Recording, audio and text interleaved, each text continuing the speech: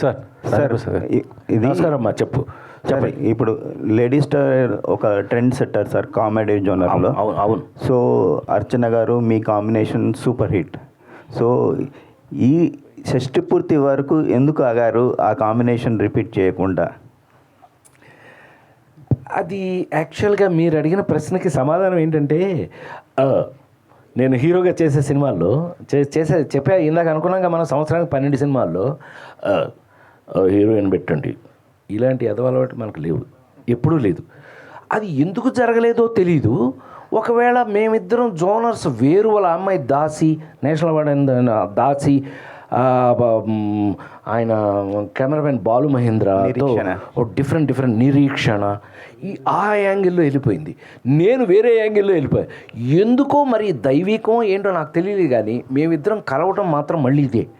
ఇన్ని సంవత్సరాల తర్వాత, ఆల్మోస్ట్ 35-38 ఇయర్స్ తర్వాత ఈ సినిమాలోనే కలుసుకున్నాం. మధ్యలో మేము ఎప్పుడు చూడలేదు కూడా ఒకళ్ళు. We have not even scene. ఆ అమ్మాయి ఎలా ఉందో నేను ఎప్పుడు చూడలేదు, నేను ఎలా ఉన్నానో ఆ అమ్మాయి చూడలేదు. కానీ వీళ్ళు పని కట్టుకుని, ఇప్పుడు ఒక సైకిల్ మీద ఆ సీన్ రావాలి అని అంటే కనుక మీకు నమ్మబుల్గా ఉండాలి, మీరు నమ్మేట్టుగా ఉండాలి. సో ఇవాళ అదే విజువల్ ట్రీట్ అంటున్నాడు తను, అది ఉంది అన్నట్టు నిజమే కదా. వీళ్ళిద్దరూ లేడీస్లలోనే పొరపాటిది తడబాటిది గుంజీలే తీసేయన వెనకబడుతుంది. సుజాత మై మరజాత తుమార చుట్టూ పిరిజాత, అది నా తలరాత. హం పడా తుమారి తొడ, హం బచ్చా బట్టల సత్యంలో వచ్చా, ఇలా చెప్పిన వాళ్ళమే కదా ఐమెన్ చూస్తూ. సో ఈవేళ ఆ కాంబినేషన్లోంచి జీవితం ఇంత దూరం వచ్చాక షష్టి పూర్తికి వచ్చినప్పుడు వీళ్ళ పరిస్థితి ఏంటి? మీకు ఇట్స్ ఎ విజువల్ ట్రీట్ అండి. రేపు ఈ సినిమా చూస్తుంటే ఒక జనరేషను, ఏది నాతో పాటు వచ్చిన జనరేషన్ వాళ్ళేమో వాళ్ళ సొంత కథలా ఫీల్ అవుతారు. నెక్స్ట్ ఇప్పుడు జనరేషన్ మాత్రం ఏమి ఇలా ఉండేవాళ్ళు వాళ్ళు, ఓహో ఆయన ఇప్పుడు ఇలా ఉన్నాడా, ఇది. So both the ways it should be interesting అనేది నా ఉద్దేశం. సార్ ఇప్పుడు మీరు దాదాపు ఇండస్ట్రీలో వచ్చి 50 ఇయర్స్ కావస్తుంది. అవును. ఈ సందర్భంగా ఏదైనా స్పెషల్ ప్రాజెక్ట్ ఏమైనా డిజైన్ చేస్తున్నారా? నేను యాక్చువల్గా డిజైన్ చేయటం అనేటప్పటికి ఏమవుద్ది, ప్రొడ్యూసర్ అయిపోవాలి. మీకు తెలుసో తెలీదో, I'm a utter flop producer. ఎంత అట్టర్ ఫ్లాప్ అని అంటే, మా నాన్నగారు చిన్నప్పుడు ఏంట్రా మా అన్నయ్య డ్రగ్ ఇన్స్పెక్టర్ అండి, అంటే ఒక జిల్లాకి ఆఫీసరు.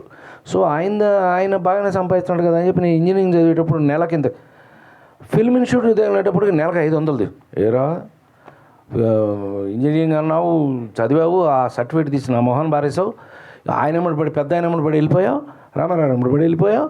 ఇప్పుడు ఫిల్మ్ ఇన్స్టిట్యూట్ చదువుతున్నావు, నెలకు 500 అని తీసుకున్నావు వాడి దగ్గర. ఫిల్మ్ ఇన్స్టిట్యూట్ అయిపోయింది. ఏదో ఆయన చాలా సంతోషంగా ఆయన మాట్లాడారు నాతో, రామారావు ఎంత హ్యాపీ, వీడు చాలా బాగా చేశారు అది ఇదని. మరి ఇంకా నెలకు 500 తీసుకున్నాడు. మరి సినిమాలు ఎందుకు వస్తాయి?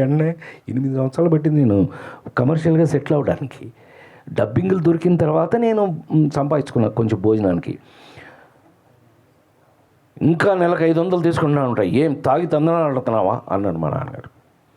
ఆయన ఎలిమెంటరీ స్కూల్ టీచరు, మామూలుగా ఉండదు కదా, బెత్తాలే కదా గోల. ఆ దెబ్బతో పెట్టించుకుని, ఇది మీకు ఎప్పుడు చెప్పలేదు కదా, ఆ రోజున పెట్టించుకుని ఇంట్లోంచి బెజవాడ పనోట్లంక నుంచి ట్రైన్ ఎక్కిన వాడిని ఈ నిమిషం వరకు, ఈ సెకండ్ వరకు ఎవరి దగ్గర ఒక్క రూపాయి నేను తీసుకోలేదు.